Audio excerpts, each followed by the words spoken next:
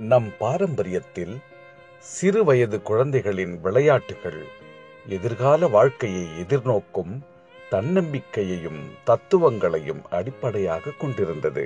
கயிறு தாவுதல், ஒட்டுமொத்த உடலின் ஆரோக்கியம், பாண்டி அதாவது நொண்டி ஆட்டம், கால்களின் வலிமைக்கு ஆரம்பம், ஒரு குடம் தண்ணீர், ஒற்றுமை கற்பிக்கும் உற்சாகம், பல்லாங்குழி, கணிதம் வளர்க்கும் சிந்தனை, பச்சை குதிரை தாண்டுதல் அதாவது மணி ஆவியம், முறையான முயற்சியில் முன்னேற்றம், ஒளிந்து விளையாடுதல், தன்னம்பிக்கை, தைரியத்தின் உரம், தட்டாங்கல் அதாவது கல்லாங்காய், ஒரே நேர்கோட்டில் கவனம், சிலம்பாட்டம், வீரம், விவேகம், பெருமைக்கு முதற்படி, உரியடித்தல், இடையூறுகளையும் ஏமாற்றங்களையும் கடந்து மகிழ்தல்.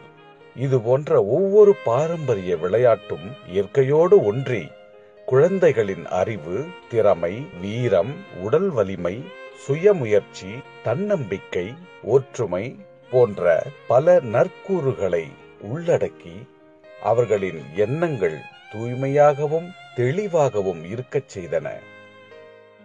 இயற்கையாகவே வியர்க்க வைத்து ஆரோக்கியம் அளித்த நம் பாரம்பரிய விளையாட்டுகளை எல்லாம் நவீன விளையாட்டினுள் தொலைத்து விட்டோம்.